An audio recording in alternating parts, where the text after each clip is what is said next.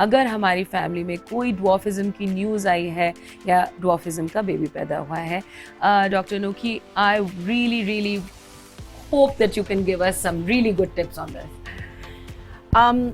तो पहली बात है, अगर प्रेगनेंसी के दरमियान आप वेल चेक्स कर रहे हैं और वहाँ पर पता चलता है कि आपके बच्चे में कोई प्रॉब्लम हो सकता है या हो रहा है पैदा होने से पहले, तो आपको डॉक्टर के साथ कंसल्ट करनी चाहिए ताकि आपको पता चले कि पैदा होने के बाद क्या प्रॉब्लम्स हो सकती हैं, प्रॉपर डिस्कशन होना चाहिए.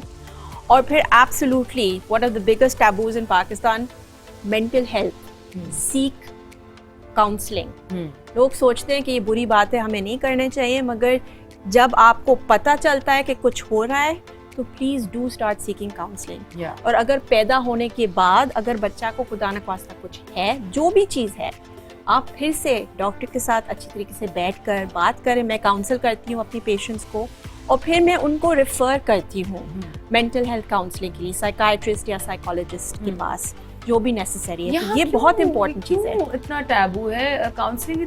काउंसलिंग क्या होती है? सिर्फ आप एक ट्रेंड इंसान से बातें कर रहे हैं और ट्राइंग टू आप फिगर आउट करने की कोशिश कर रहे हैं कि भाई ये बात मुझे क्यों बॉदर कर रही है, या मैं अपसेट हो रही हूँ तो मैं क्यों हो रही हूँ, या मैं it's not a big deal any more guys. मैं तो कहती हूँ हर इंसान के पास एक थेरेपिस्ट होना चाहिए, because it's very healthy to talk.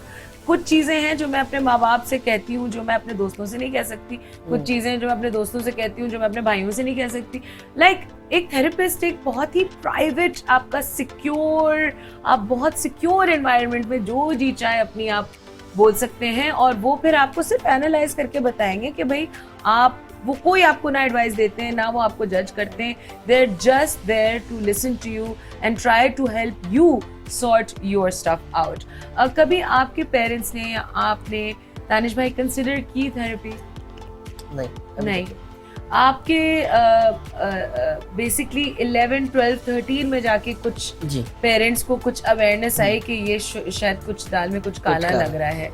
तो is that very common to not know till you're like 11, 12, 13?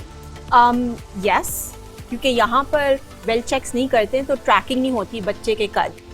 तो नॉर्मली जब हम वेल चेक्स करते हैं हमारे पास एक ग्राफ होती है जिसके ऊपर हम बच्चे के कद, वजन, सब कुछ ट्रैक करते हैं, और हमें फौरन पता चलता है कि ये बच्चा बहुत छोटा है या ये बच्चा, इसकी जो ग्रोथ है थोड़ी सी प्लेटो हो रही है, वो ऐसी नहीं चल रही जैसे दूसरे बच्चे. तो वो नॉर्मली क्या एज है जिसमें आप कैच कर सकते हैं? At any age, so usually after the age of 2 years, depending के रीजन या कॉज क्या है. चंद बच्चे चंद बेबीज जब पैदा होते हैं उनको चंद महीनों में 2 से 4 महीने तक नजर आती है कि बच्चे, मैं भी यही कह रही हूँ, वो हाथ से थोड़ा सा क्रैम्प होता है कि इसमें कुछ प्रॉब्लम है, ये समथिंग रॉन्ग, ठीक है. मगर दूसरे वाले, अगर ये सिमेट्रिकल ग्रोथ है, इसका मतलब है इनकी आर्म्स और लेग्स सारी सिमेट्रिकल है, सही प्रोपोर्शनेट है, तो वो आप जब ये बच्चा आहिस्ता से बड़ा हो रहा है तो फिर पता चलता है.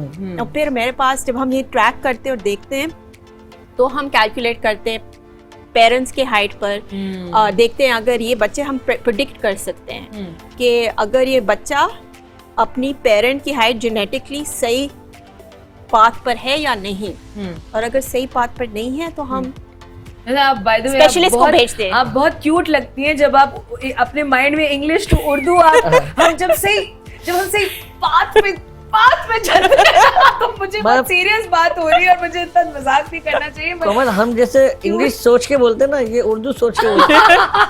It's very cute. अच्छा, मेरा भी डॉक्टर से मतलब कंसल्ट किया था जब मेरी हाइट नहीं बढ़ रही थी, तो उन्होंने मेरे को ऐसी नापा था, वजन किया था, सब कुछ होता चार्ट पे किया. लेकिन उस वक्त ये बोलते थे कि यार ये जो है अल्लाह का शुक्र है, सब सेट है, ग्रोथ कम है, कुछ दवाइयाँ, कुछ सिरप वगैरह दिए तो उन्होंने कोई प्रॉब्लम नहीं है, इसको अगर आप दूसरी तरह से करोगे तो ऐसा नहीं है उसमें कुछ और प्रॉब्लम आ जाए. एंटीबायोटिक क्योंकि बड़े खतरनाक होते हैं बच्चों के लिए, तो ये भी बड़ा. सो जब कद छोटी होती है ना, उसकी एंटीबायोटिक की कोई क्वेश्चन ही नहीं आती है. ये इन्फेक्शन नहीं है, ठीक है, ये मेटाबॉलिक डिजीज हो सकती है, एंडोक्राइन डिजीज हो सकती है, जेनेटिक सुन लें आप लोग डिसीज हो सब और सकती से है। कान खोल के सुन लें कि अगर शॉर्ट स्टेचर है, ड्वार्फिज्म है, कद छोटा है नेचुरली बच्चे का, तो अगर आपको डॉक्टर एंटीबायोटिक दे रहा है, दवा दे रहा है, सिरप दे रहा है, टैबलेट दे रहा है, तो प्लीज वो उसके मुंह पे मार दें जाके, हाँ। राइट?